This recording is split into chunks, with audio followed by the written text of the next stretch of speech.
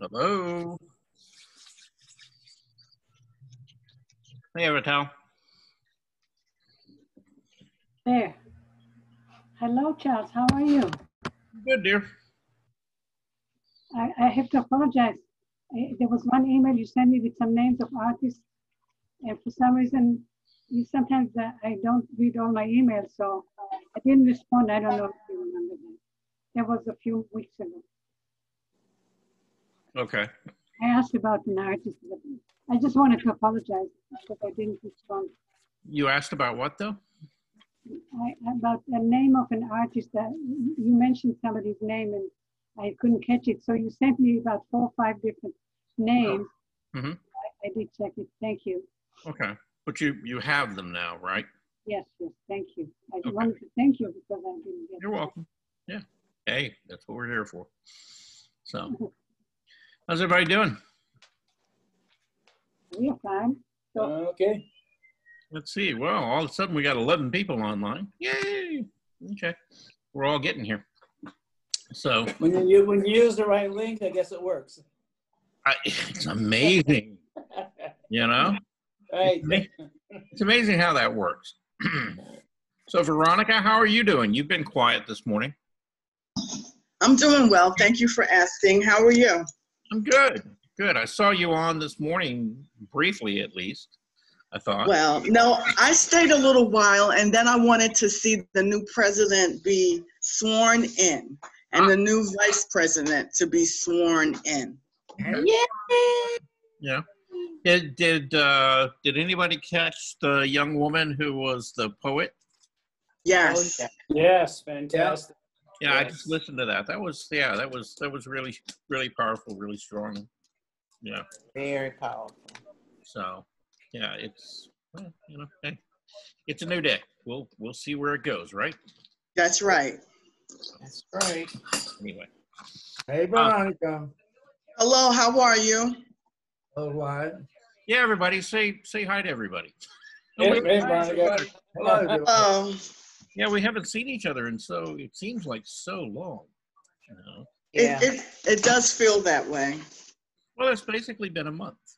You know, because it was around this time in December when kind of the classes stopped. And That's because they sequestered you to do some other things that, that is instead true. of being with us. Yeah. But that's just my rendition, not everybody else. Well, it's not far from my rendition either. That is pretty much what happened. Yeah. Anyway. So, all right. So I've got some artists to share with you, but I also have some things that some folks sent in. And so we're going to take a look at those real quick because actually I see some of the people here that actually sent some things in. And Betty, can you unmute yourself? Betty Bates? Yes. Hey, you made it. All right. Was that easier this time? Oh, yes, much easier. Okay, good. All right. I'm just checking because I want to make sure that, people can get on pretty easily and find us. So, okay. Anyway, we got off to a bit of a bumpy start this morning, but that's fine. We'll be all right. Just to let you guys know, basically what I've done is I've programmed classes for the next 12 weeks. Okay. And somewhere in there, I think we may have like one holiday that may fall on a class day. I'm not exactly sure what day that is right now, but I'll look that up and you guys will know. Okay. So that it won't be a surprise, but there really shouldn't be much interfering with us going kind of straight through the 12. I think we have President's Day in February. Yeah, something like that. So anyway, but like I said, other than that, we really shouldn't have any big gaps or interruptions that I anticipate. Who knows? Anything can happen, right? So anyway, let's kind of jump into it. I'm going to start sharing some of the work that people have sent in, and a lot of it is stuff that you guys have done, the vast majority of it. And some of it, I think, is something that, or things that have been out there in the world that, people sent in that, wanted some kind of comment on. So anyway, we'll take a look at them real quick. And then I've got 3 other artists that I wanted to share with you and talk a little bit about their work, their technique, kind of, where they're at. And these are all contemporary living artists who you can actually find online on YouTube, okay? Not necessarily like big star names or anything like that. Just, just artists out there working, okay? So let's begin. So let's start with this, and of course, can everybody see the ad? Yep. Yep. Yeah. Okay. Big number, right? And it's Basquiat's, one of Basquiat's paintings. And of course, the question here is, but why? Right? You want me to cover me? You should look. It's okay. And I'm going to throw this open to all of you. I mean, what are your thoughts when you look at this? I don't care what I paint. You don't care for the painting? No, that kind of paint is not for me. Okay. Anybody else? I would hang it at my house. Do what now? I would hang it at my house. You would hang it in your house? Yeah, I would if I could afford that. Yeah. Yeah. Okay. I'd put it in a dark closet. I can draw my own skeleton. Okay. So I mean, look, this is one of those things that it's either you're going to see something in it that has a message, or it speaks to you in some way, or it doesn't. Okay. There's just about no middle ground, right? Now, this young man is no longer alive. no, he is not. No. No, and that is, that is one of the sad things about the world of art as we know it, which is while you're alive, you can get hardly anything for your work, and as soon as you die, there are a whole bunch of people out there going to make a whole lot of money on you. Okay? And believe me, there are movements within the art world, some grassroots, movements really from the artists themselves that are in the process of trying to change that. And, one of the things that's going on right now, and of course we're experiencing it right at this very second, which is we're on an online environment, right? We are communicating, and any one of you could be in any part of the country. I could be in any part of the country or the world, and we're having this conversation, right? Right. And Yeah. And what's happened really in the last 15 to 20 years is that there's been this whole revolution with the way people communicate, and there's always, or at least since people have gone online, there's always this question of, is it really necessary for an artist to have representation and to have a gallery represent him? And the fact is, when Basquiat was working, the only reason he got famous was that he was at the right place at the right time, and the right gallery began to take on his work and promote him. And if I remember correctly, he died shortly after he started getting representation. I think within about three to 5 years that he was working, and then he was dead. Yeah. But if it had not been for that gallery, and their already established connection with collectors, we wouldn't be talking about this guy. Period. We just wouldn't. Nobody would have ever heard of him. But it's that it's that confluence of coming in contact You didn't get my with message. people who know people with money who collect art Okay.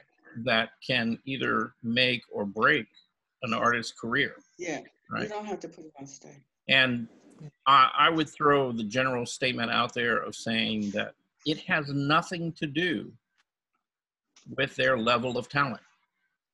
This is true. Absolutely nothing. Okay. Because there are exceptional painters out there who they could work their whole life, and even after they die, they'll never get that kind of money on a painting. And then there are people like this man, and I'm not saying that he's untalented or anything like that. That's not true. He's a very creative individual. He has every right, to have his due, and to be, noted, in art history for the time and place that he lived. But, in the big picture, there are so many more talented and deserving artists that will never get that opportunity. So Yeah. You're right. It's a matter of being in All the right. art is somebody's opinion. Your art critics, your judges at the shows, everything. It's just their opinion. They either going to like it or dislike it. yeah, well, it's that, but it's also it's also a matter of though that particular circle of people that can either make you exceptionally famous and wealthy as an artist, or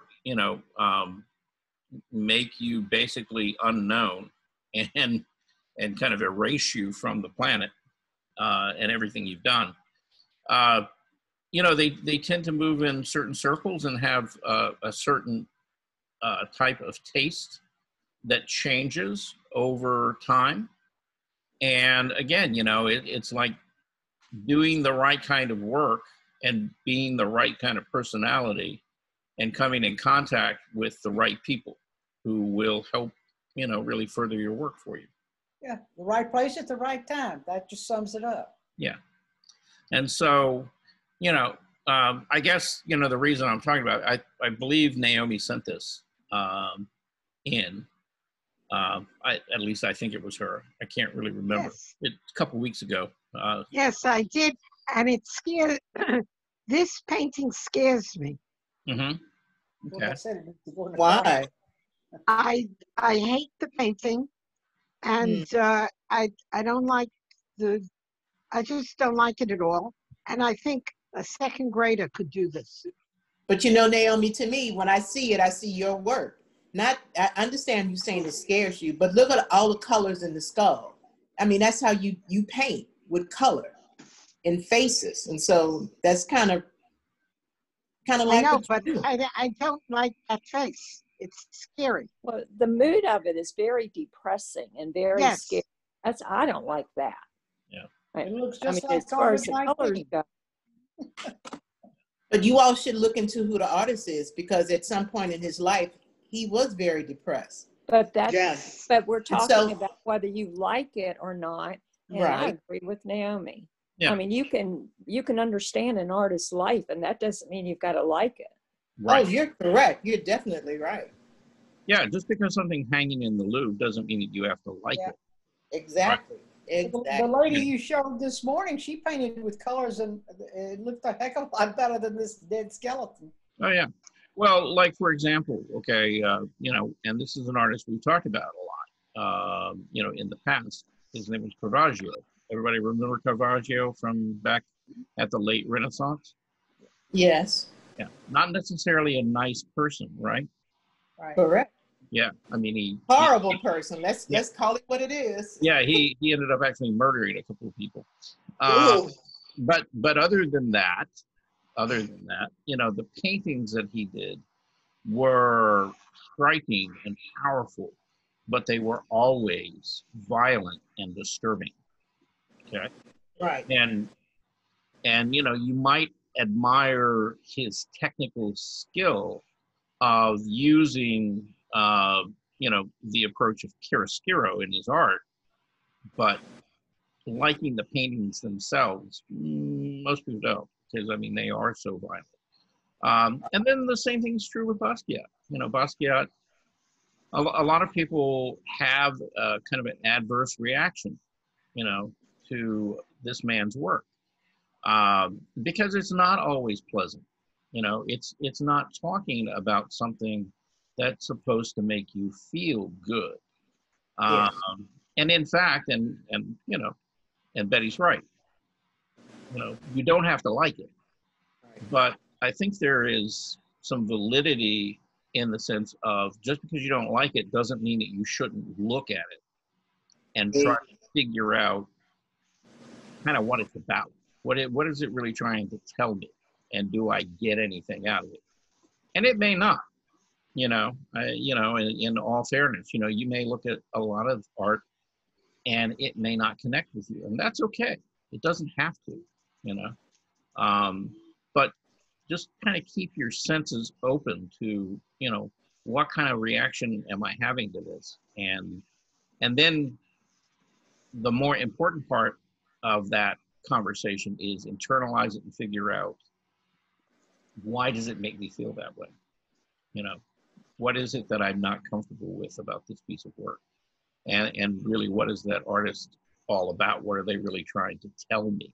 Because my guess is that probably the vast majority of artists in the late 20th and early 21st century, the last thing they have on their mind is making you feel good. Yeah. You know. That's interesting. Yeah, because you know, we kind of got over this idea that art needs to be aesthetically pretty, and you know, there's this whole school of thought about if it's not something that is going to make some kind of emotional and powerful impact on you, then it's not necessarily good art. Well, isn't that part of the creative process of an artist? Not only what style they choose, whether it's abstract, whether it's realism, whether it's impressionism, whatever, it's also what mood that they feel they want to convey. Mm-hmm. I mean, I think that's part of their creative process. And for me personally, I don't like to create the chaos that's going on in the world today. To me, I want to escape from all that. I want to create something that makes people look at it and say, you know, that makes me feel relaxed and good. But other people like the chaos. So it's all part of who you are and what I just think it's a part and parcel of the colors you use, your style of painting. I think it all goes together. Yeah. Well, and I guess in response to what you were just saying, you know, even the artists, you know, as you said, you know, there's a process to this.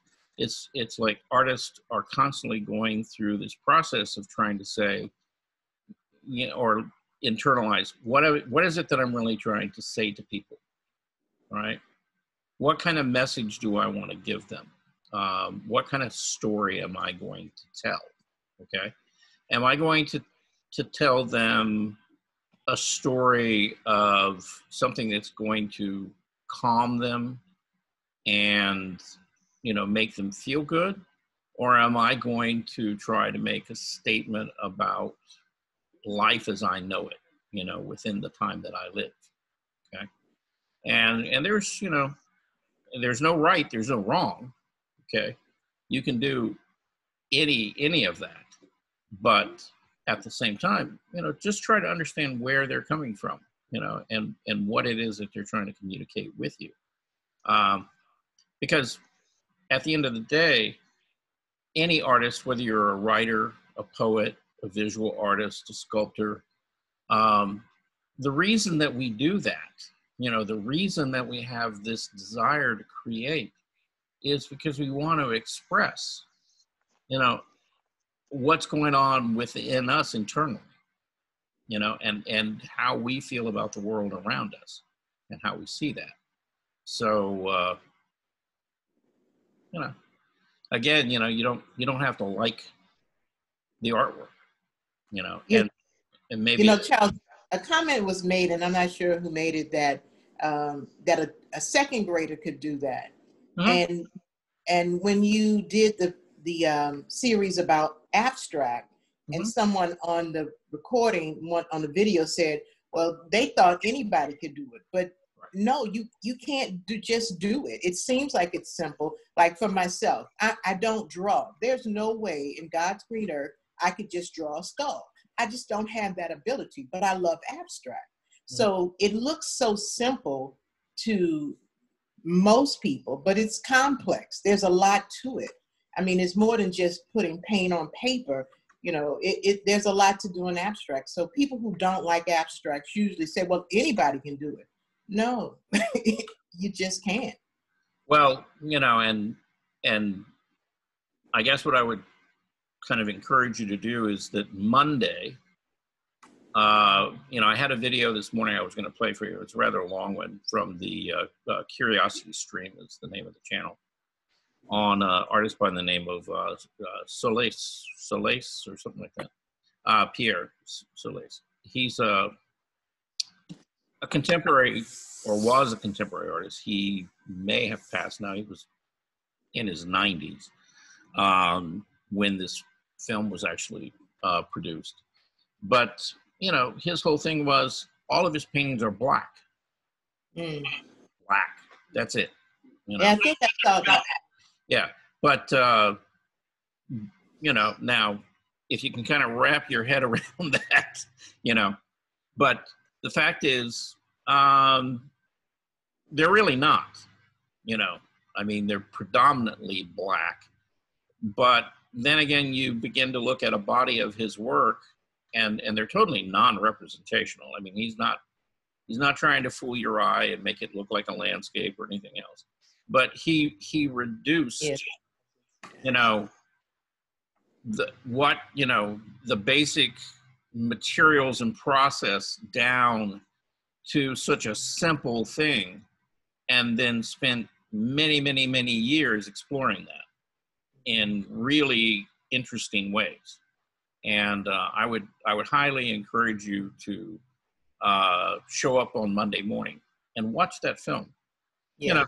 Again, you may not like his work, but I think there's a lot in that film that explains why he was doing the things that he was doing, all right, and what he was trying to say to people, through creating that body of work, which is pretty extensive. It's a lot of stuff. So anyway, He's still alive. He's 101. He's what? He's 101. He's still alive. He's still alive. Good. Okay. Yeah, I'm happy to hear that. I hope he's still producing some work. And hopefully we'll all be 101 and still kind of puttering around, pushing some paint around as well. Or more, Maria has plans on keeping me around to 120. Oh, wow. So that's okay. Yes. I could do that. Nothing wrong with that. No. Nope. Hey, as long as I can get up in the morning and make art, or be happy and feel happy about being here, I'm good. So anyhow, moving on. This is a submission that somebody here in the class. This is Bob Homer. Bob, are you around? I'll be here. There you go. Okay, so tell us about your great blue wave. Well, I decided to do something different, big. I had a canvas that I had already painted twice with two different subject matter, and I didn't like any of them. So I decided to use the canvas over again. Mm-hmm. And I just, I thought, well, heck, why not do a seascape? Okay. And be a little dramatic about it. And so here's what we have. Getting started on it. I've got a ways to go. Over the holidays, I was watching some videos, and a guy was stressing atmosphere in paintings. And so that's one thing I'm trying to create here is to push that landmass back I need to get it back further and create an atmosphere to that complements what I'm doing here. So I want you to do something for me real quick, and this is What's that? As you're looking at this on the screen, I want you to squint your eye down, okay, and notice where the dark and the light masses are. Okay. And the strongest darks in this painting are really in 3 locations. It's the landmass itself. Right. It's the edge of the wave here. Right. And the back side of the wave here. Right. Okay. And other than that, you know, you've got those darks, you've got a few lights, like you've got a light right here in the, pretty much so close to the center of the composition. And then you've got some light here and you've got some light along the edge and just on the edge of the shore. So really you've got 3 values going on there. You've got dark, mid-tone, and a little bit of light. And mainly this is a dark and mid-tone painting, right? Okay. So here's my thought. I would encourage you to take this sky and make it much lighter. The sky and yeah. Okay. I see your little arrow. Okay. Right. I would probably, you know, just I wouldn't necessarily change the temperature.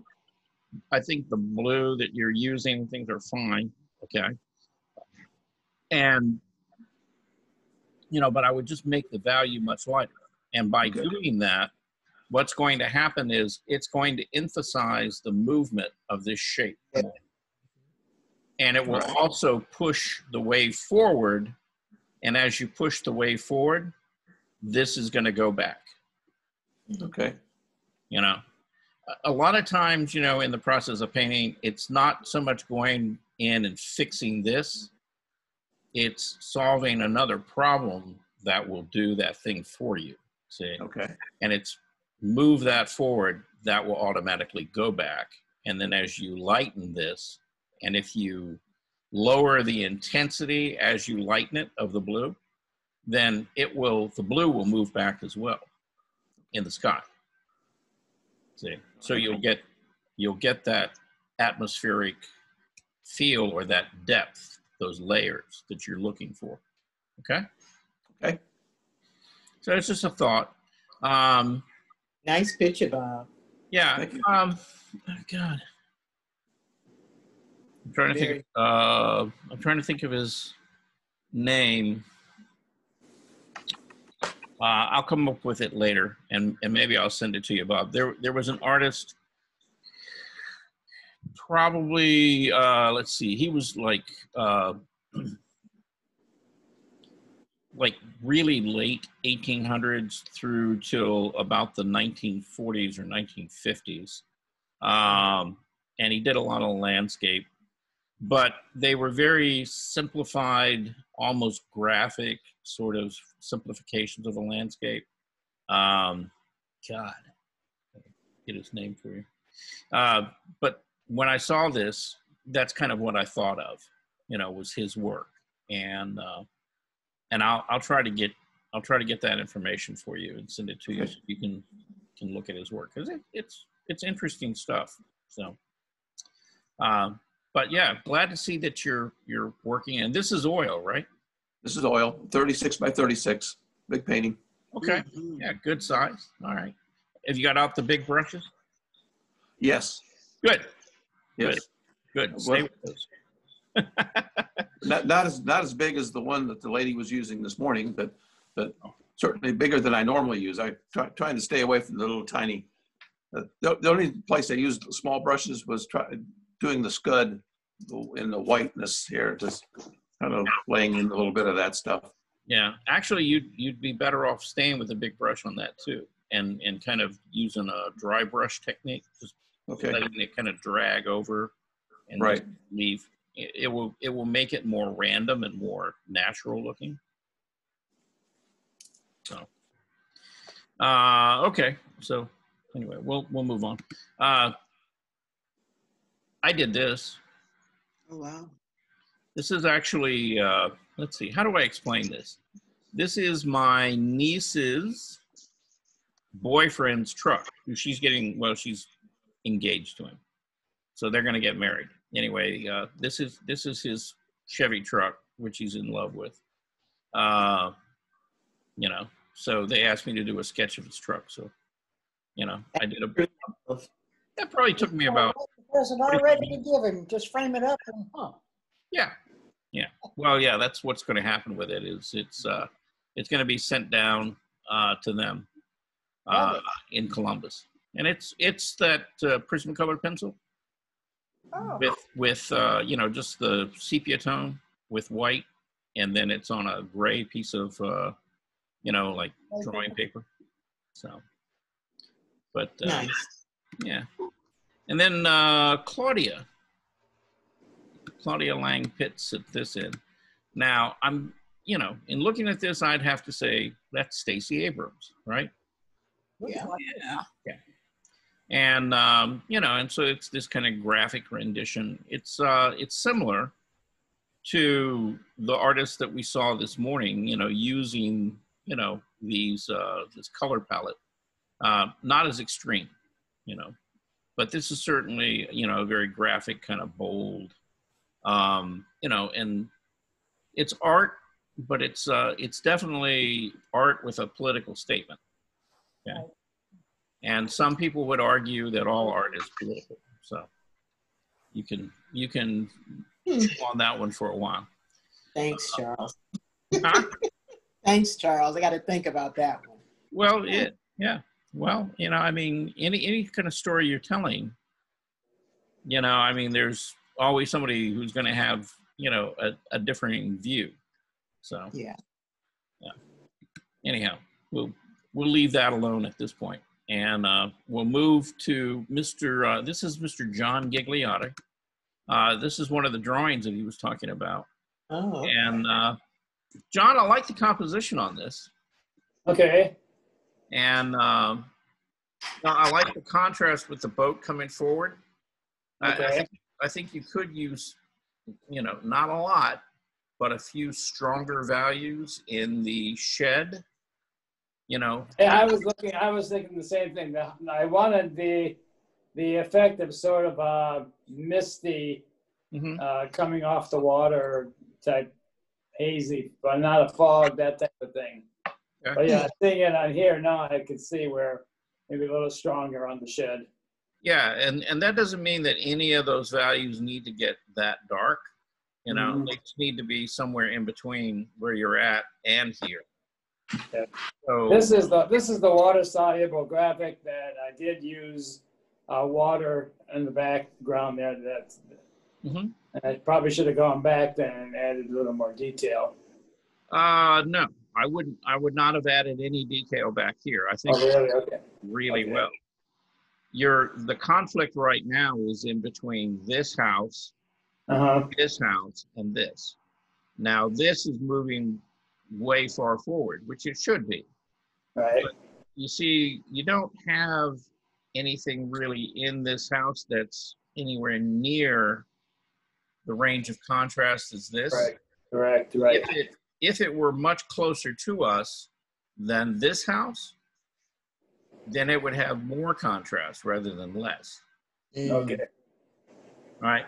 So it's got to have more contrast than this house, but less contrast than the to set it in the middle, right? Right. Now, one of the ways you might solve that is you seem to get and really push, you know, some darks, you know, or kind of middle darks in here along the edge of the house. You might just soften that back, and that way you don't have to push the darks in this. Okay, I see, right. So you could push it or pull it either direction. Right. Or maybe a combination of all the above. Okay. But it's a nice composition, you know, the way that your eye kind of comes in and moves, you know, around with the boat and the angle to the boat. You know, it's a nice strong. Okay. way that you've laid it out on the page. And, you don't have, like, in a lot of landscapes, you end up with, people kind of creating these horizontal areas that just kind of act as blocks that stack on top of each other. And you've got kind of a nice variety of shapes and proportions in there with this moving in, and then you could almost treat this as one shape right here, which is your focal point and area of interest. And then you get this smaller shape in the background, and then you get the shape of the trees. And so, it's set up really nicely. And so that works really well. And if you just work out the values on it, really nice. Yeah, I think what you said about the back, toning down the back house is where I'll start. Yeah, and you said this is water soluble graphite. Right. I mean, I would say you could just lay a little water on this, but I think if you did, it would make it maybe a little too strong. So I would go taking an eraser and just pulling it back rather than wet. Okay? Thank you. All right. Then you have your watercolor. You showed us this morning. It was sitting behind. Right. Yeah. That's on a gray tone paper. Huh? I actually bought the gray tone because that's what I wanted to play with the graphite, but I wanted to try painting on it too. So that's just a watercolor on the gray tone paper. Well, I mean, I'm not looking at the actual original piece to it, but the photograph of it and the contrast and all turned out really well. Mm-hmm. How big is that, John? 9 by 12. I only have two sizes of paper, 9 by 12 or 11 by 14. So that's all I work. Make it easy.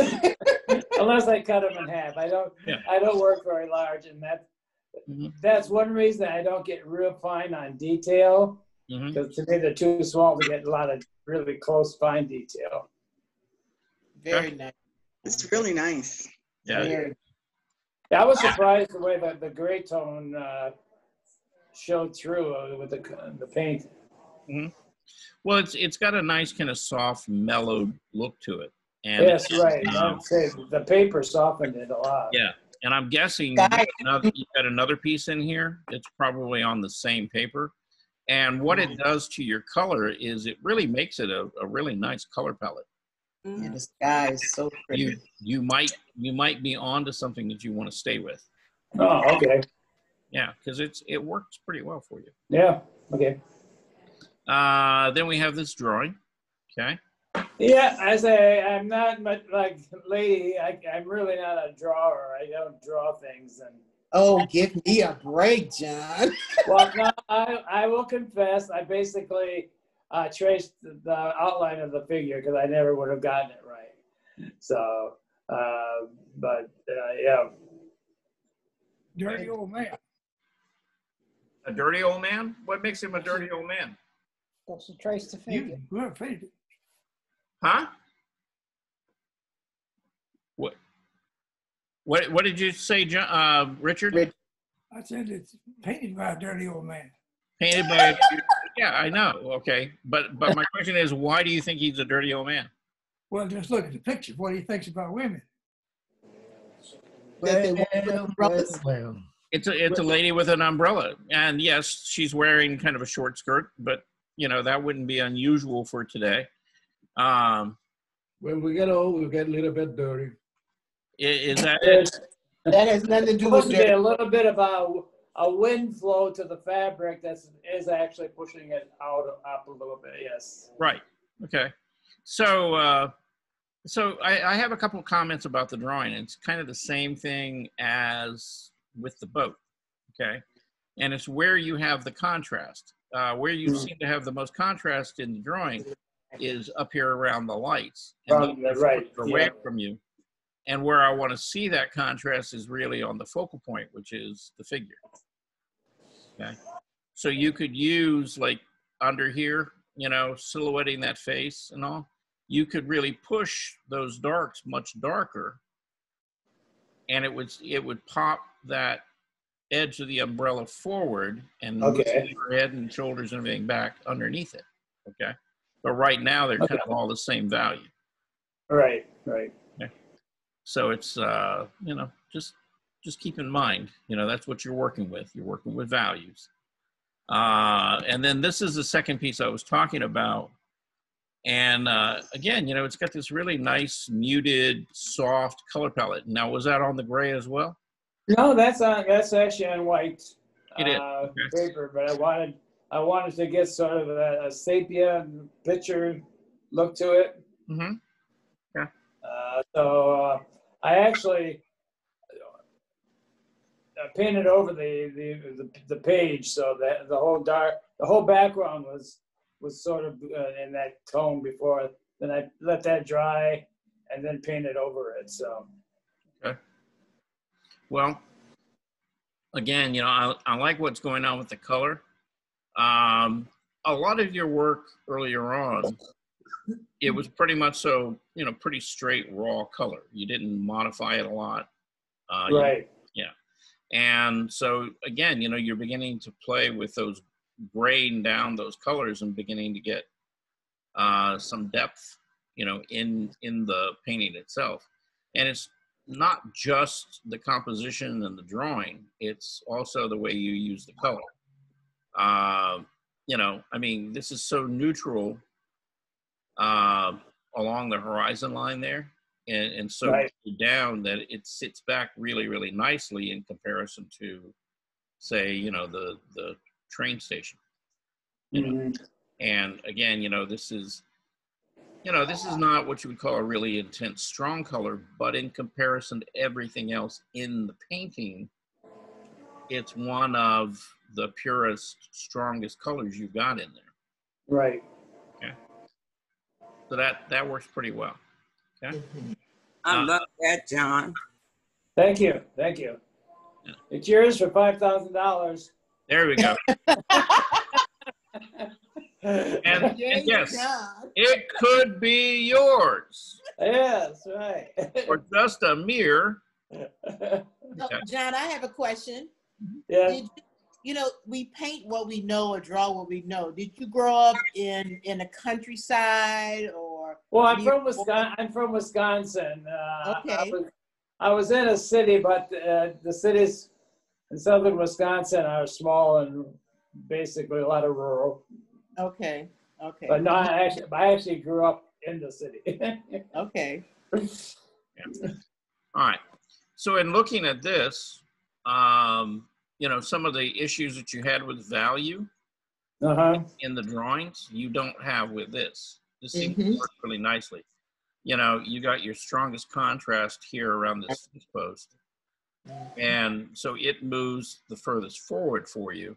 You know, your landscape, you know, the land mass itself, you know, you put a little texture and some things going on, helps pull the eye forward. And then you kept this softer and didn't put in a lot of detail. That's what I'm trying to work on, distance, and that was always my issue at the beginning when I started. Okay. And even this green, now the green might be just a little bit intense, okay? But not badly, and there's not enough of it there, you know, to really overwhelm the rest of the painting. But it definitely pulls your eye back that way, you know, it makes you look that way. Yeah. Yeah, your eye follows that fence line back really nicely. And it's a nice device to give you some good depth. You know, the depth in there.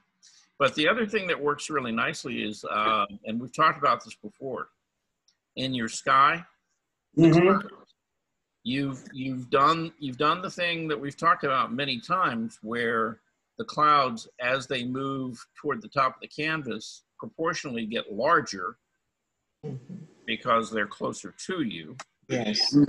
And then you see everything softens as it goes back to the horizon line. It's smaller, less defined shapes, right?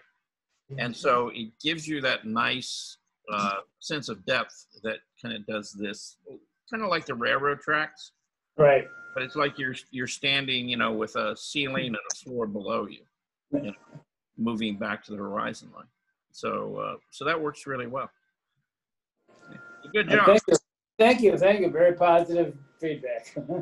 Good. Very nice. Appreciate it. Thank you. Then we have ladies wall hanging. Okay. So lady. Yes. Tell us a little more about what's going on here. Well, it's made from wooden dolls and hot glue. I saw this on Pinterest, I think it was. These beautiful wall hangings made with metal and wood. And it's, again, truly just abstract. And most of the ones that I saw were spray painted or painted with gold, and were they also put like metal pieces of all over it and made it really ornate. But I just wanted to see if I can do, I've never tried that before, doing anything like this. And it's really subdued, and it's at my front door. And so it almost blends in with the color of the wall. You can, if you don't stop and look at it, you won't notice it. So it was just something I tried. I really like that, and I want to try to do something larger. Okay. Well, There are a lot of things like that I've seen. People have taken paper or painted behind some of those sticks to do an abstract with color behind the neutral sticks or dowels or whatever you want to call it. Right. Yeah. Yeah. Well, it's it definitely falls into that minimalist, yes, abstract kind of category. And if you think back, you know, we've looked at an artist in particular. His name is Pete Mondrian, and he did the color squares. You know, the black lines with the primary colors. He only paints in black, blue, yellow, red, and white. That's it. Okay.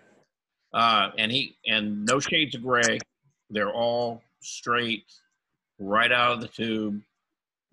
You know, but again, they're these grids that can look, look very architectural. They could also, you know, be somewhat reminiscent of nature, you know, trees, things like that. But yeah, he's really not trying to paint a tree or anything like that. He's just using those colors and the arrangement of them to kind of create a pattern. Now, personally, you know, I actually like the fact that you left the material as it was and let it be wood. You know, I think if you went in and painted it, I would have to think about that one a lot, you know, because you don't want to break this up by using different colors, you know. Now, if it were all, again, just monotone, all one color, again, you know, it holds together, you know, as a sculptural piece. So, so I kind of like it the way it is. Yeah, I do too. And that's what I want That's to good. Yeah. Now, are those glued together? Looks very good. Yes, it's glued together with hot glue. And again, this is my first time trying something like that. I tried this real strong craft glue, G something 800, and it just didn't work. It claims that it holds everything. Well, it didn't hold that. It's good old fashioned hot glue worked. And so, yeah. Yeah, it will. Now, I you know, this is a woodworking suggestion. Okay. If you wanted to put that together so that the joints were stronger and more permanent, you could get a tool. It's called a Dremel, right? And you could get one of the round sanding drums. And then wherever you're going to intersect one of these other sticks coming behind it, you could take that sanding drum and you could kind of create, you know, a little curved piece in there. Yes. So cut through it part way. So it'll lay flat in the It will, well, not perfectly flat, but it will kind of wrap around that curve. and then you have a better gluing surface, and you got a bigger area glued to the other piece. Yes. So it makes it, makes it much more stable and strong. All right, power tools. Like the All Lincoln right. Logs. Yeah. Pardon? Kind of like the Lincoln Logs. Yeah, like Lincoln Logs. Yes. Yeah, same kind of thing. What about, could you use like a twine, natural twine, just sort of crisscross? You could. Yeah. You could. That's introducing another element to it. I like the simplicity of like she has. I actually have some little hand wooden tools for woodwork that could make those kind of grooves in it. But I wanted to try just gluing it first. So maybe the next time I will try to make those inch by hand. Yeah. Yeah. Again, if you kind of get into doing, this kind of stuff, working on how you work with those materials and join them to make and get them to bond more permanently. Yeah.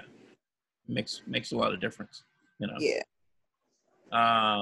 Okay. So let's take a look at, these are some, are these pottery pieces? No, that is actually paper.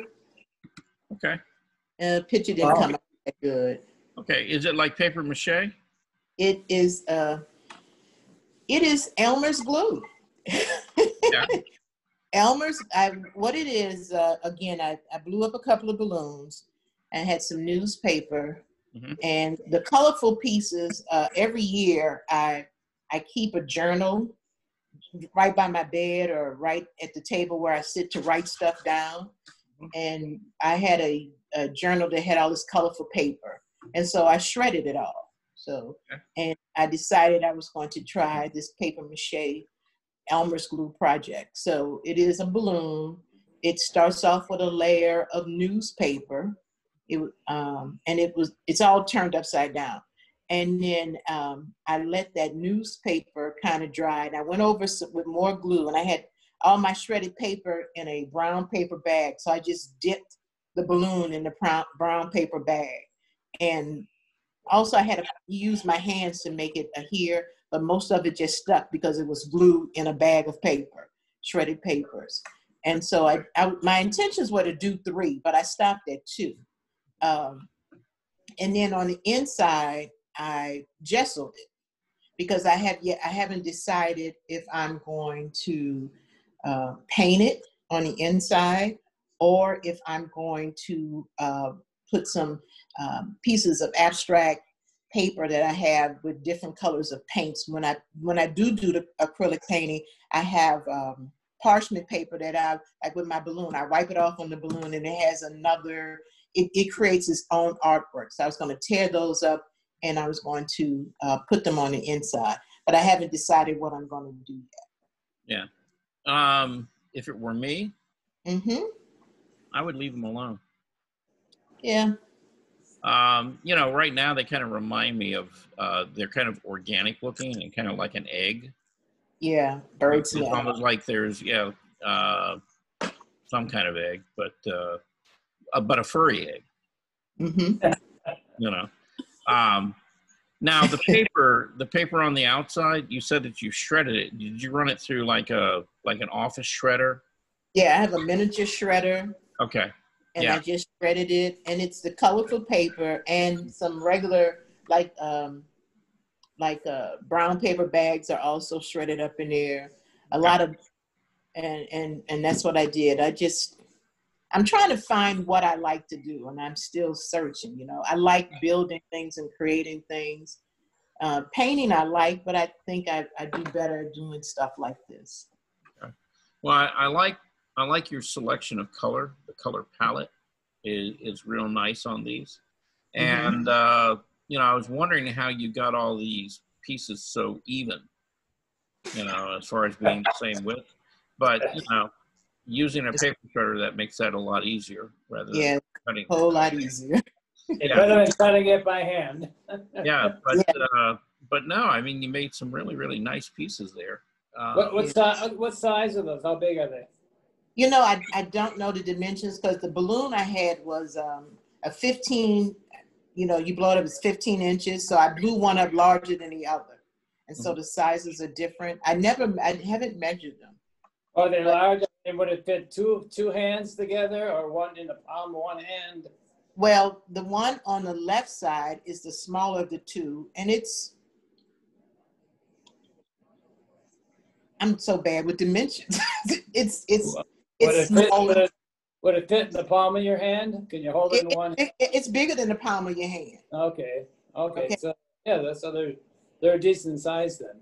Yeah, actually, what I did do, the smaller one, I have a couple of volted candle holders. I don't know if you all can see that.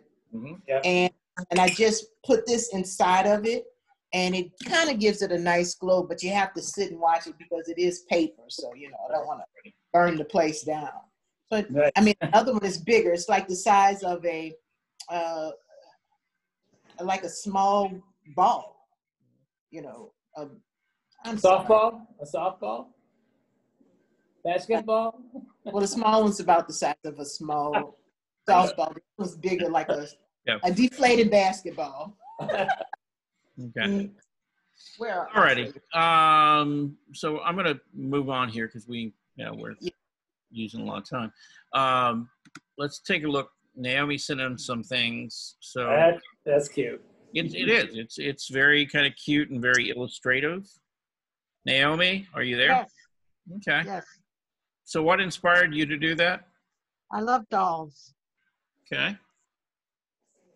Yeah, she's a cute character. I guess she could be a doll. I kind of read her as a little girl, but you know. Yeah, little girl, little doll. She could be either. And then I want to show people this, which, by the way, you know, you've done probably 5 really good, strong pieces in the last year, you know, in this whole series that really kind of stand out really nicely. And this is one of them. Okay. Oh, thank you. So yeah, you know, your whole idea about using kind of unrelated color and stuff, but the way you organized your color and everything here is really, really nicely, and it works really well. So I would encourage you to do more like that. Okay. Oh, okay. Yeah. And actually, even this piece, again, you know, this is kind of where you're using more random color. It's still that same comment, you know, you got to really, regardless of what the color is, you really have to pay attention to the value. Okay. And so most of this works really nicely across here. That red right there, the pink, you know, if that had been just a little bit lighter in this area. I see that. Then it, you know, then that cheek and everything would have turned and moved back for you. But because you have a hard edge and the contrast. Yeah, I got to work at that. Yeah. You know, but you could go back in and just soften that edge up, and then that would begin to turn for you right across. You know, Naomi? Yeah. You know, my first sense of looking at that was of the skull that you sent in. To me, they're very comparable. A little bit, even I find this a little bit disturbing. You do? I like her. Yeah, like it's a deranged person or. No, she's thinking solemn. I don't know, it just hit me like the skull hit me, just sort of like, whoa. Yeah, I wouldn't run from her. You know, I wouldn't run from her. She doesn't seem scary to me. No, you know, now a bit sad. I give 150 million for her. Yeah, introspective, I guess, is a good word for it. Yes. But that's again, that's just me. Okay. Then you have this young lady right here. And the thing is, you know, you're going to focus on the center part of the face, the eyes and the nose. The lips kind of are soft and move back, which is nice. I'm not quite sure what you were going for, if you were trying to get softer colors. But, you know, as you use that watercolor, take advantage of it and don't let it create these hard edges, you know, in there on the face, because it breaks Okay. the face up. If that had been just kind of a blurry sort of soft transition, then again it would begin to feel more round. Do you notice that I make the eyes very large? Yeah, you do. And are these new pieces, Naomi? Yes, I did this in the last couple of weeks. Yeah, I noticed that the moods of the ladies have changed. Oh. Yeah, they're not as sad as the other ones. Oh. Yeah, your painting mood has changed. That's a good thing. Yeah. Okay. And then, wow, a pretty one. No, but the nose, I'm looking at it now. The nose is off. The nostril to the right. Yeah, it is. Yeah. Yeah. So she fell and broke her nose in childhood. Yeah. But yeah, the main thing here is the contrast. You know, you're using that heavy kind of black or dark gray, you know, to outline the eyes and things. And the eyes could, you know, since you've got everything so soft here, it's like softening up the eyes. Okay. Would kind of get it to hold together better. Okay. So Charles, can I ask a question about this one? Sure. Naomi mentioned about the nose being off. Is that particularly wrong? I think it's wrong. Well, I do. Well, okay. Again, you know, when you look at this, if you really look at it carefully, it's kind of like somebody who had a broken nose. Okay. And here's the thing. Okay. Your facial features, right? You got the front plane of the face, and like the angle, like from the corners of the mouth, it set up an angle, right? The eyes set up an angle, and then the nose should set up a similar angle because they're all on the same plane of the face, right? Okay. So the question is, why would this be at an angle like this when the mouth is at an angle like that, and so are the eyes? See, they don't work together. Okay. I don't know. I think it's a very nice drawing. I think it's really pretty. Yeah. And I don't.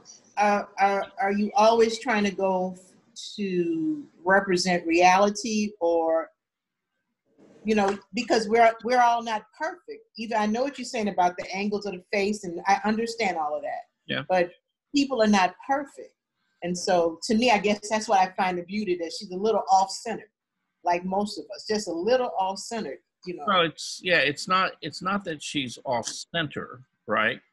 It's that the plane that she set up for her nose, see, it kind of moves at a diagonal in this direction, right?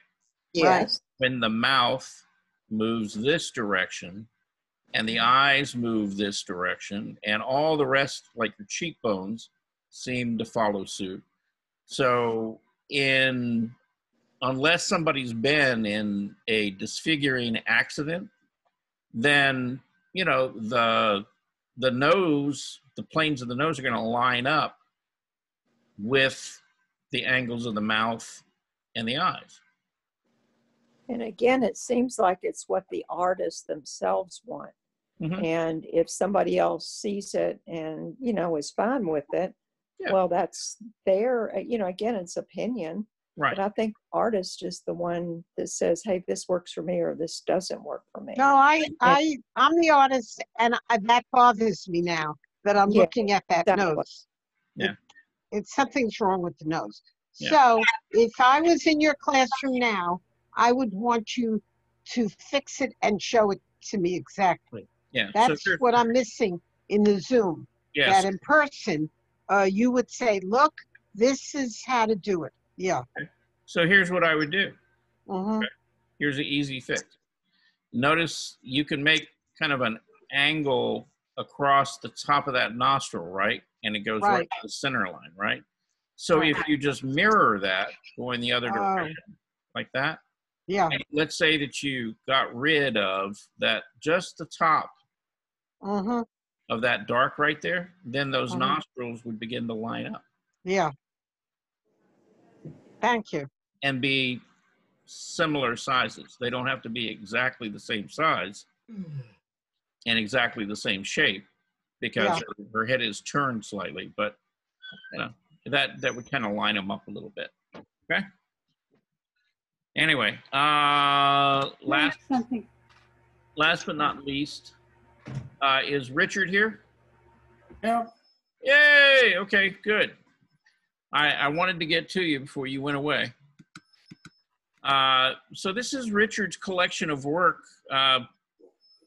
So Richard, you know, this is basically since the last class we had, right? Yeah.